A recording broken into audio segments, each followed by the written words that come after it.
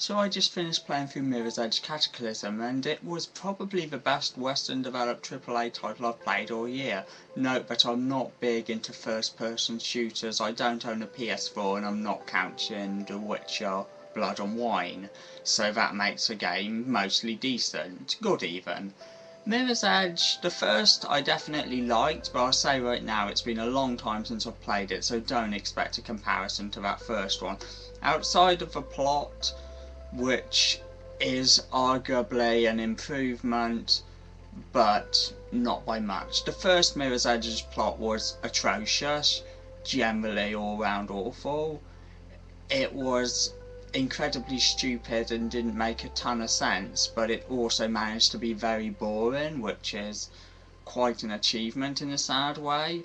Mirror's Edge Cataclysm mostly dumps everything. It clearly doesn't make sense within the plot of that first title, and they pretty much ignored everything. So how does it turn out? Well, it's mostly just mediocre now. It feels like a generic sort of bad Hollywood movie script. There's some interesting world building here and there, but that's really all I can say for it. The most memorable thing is really just this one-off comedy character who isn't particularly funny but has one joke which they repeat over and over and over again. But the first Mirror's Edge's story was terrible, so we're not really expecting much in the way of characters, setting, overall plot. Although I guess the setting is at least decent. There are some interesting bits and pieces brought up here, but the story doesn't really make use of any of it, so it's really just an optional extra. If you want to read through all the lore, it freely drops on you. When it comes to the gameplay though, I really enjoyed it, for the most part. Now the game's basically just a 3D platformer set in the first person, which isn't incredible, but given how bad 3D platformers have had it lately, this actually makes Mirror's Edge Cataclysm kind of a standout title nowadays. Now, I know it's probably not good to say something with issues you should buy simply because it's a step in the right direction compared to other games, but in a world with the likes of Tomb Raider, Assassin's Creed and the Uncharted games, where the idea that running fast makes you jump farther is considered too complex, it's great that you will frequently die from jumps. In fact, nearly every single death was due to missing a jump. Enemies have been criticised in this title, and I didn't really think they're too bad.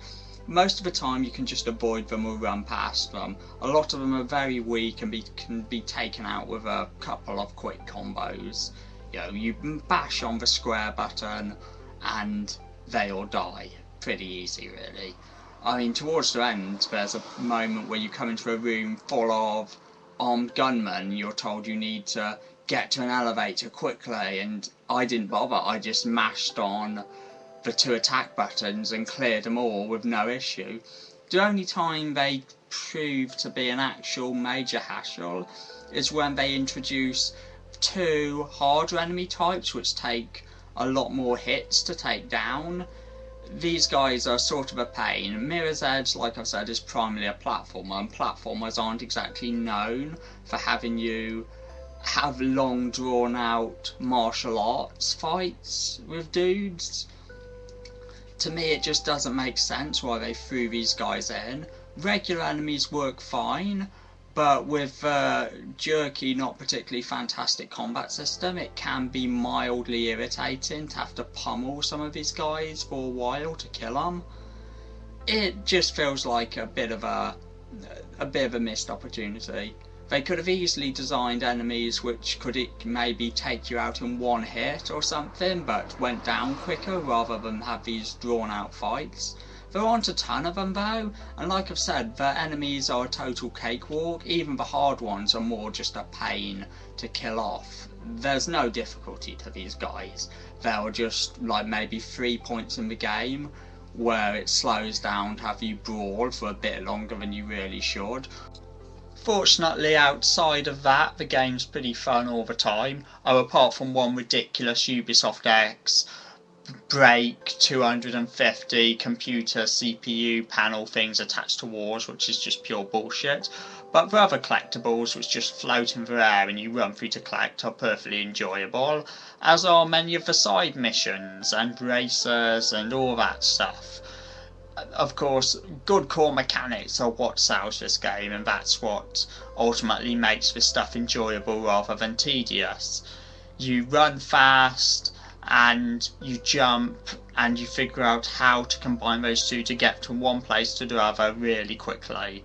So as you're running through the environment, you'll be looking out for any shortcuts or any alternative routes and maybe replaying to get better times, and all that stuff is good.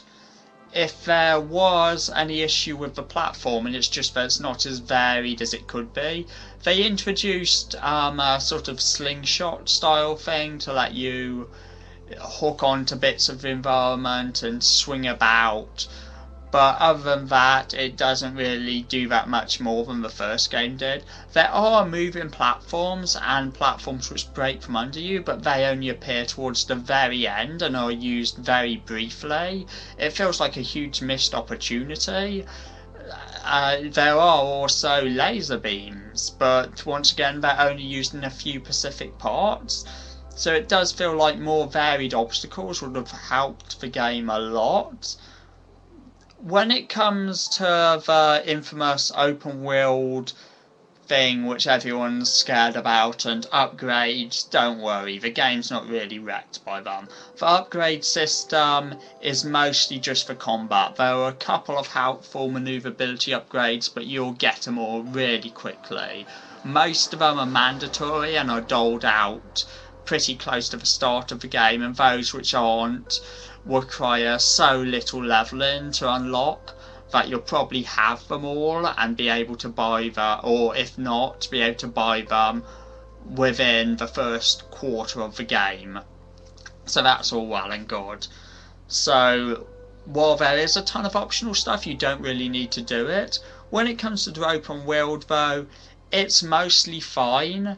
It's not that large, and there are a bunch of fast travel points, so you don't have to worry about going back and forth too much. That said, like every open world game ever, there is going to be a bit of time just walking from one objective to the other, so that ain't ideal, but oh well. Speaking of which, you can actually teleport to a bunch of optional missions, so that's all good.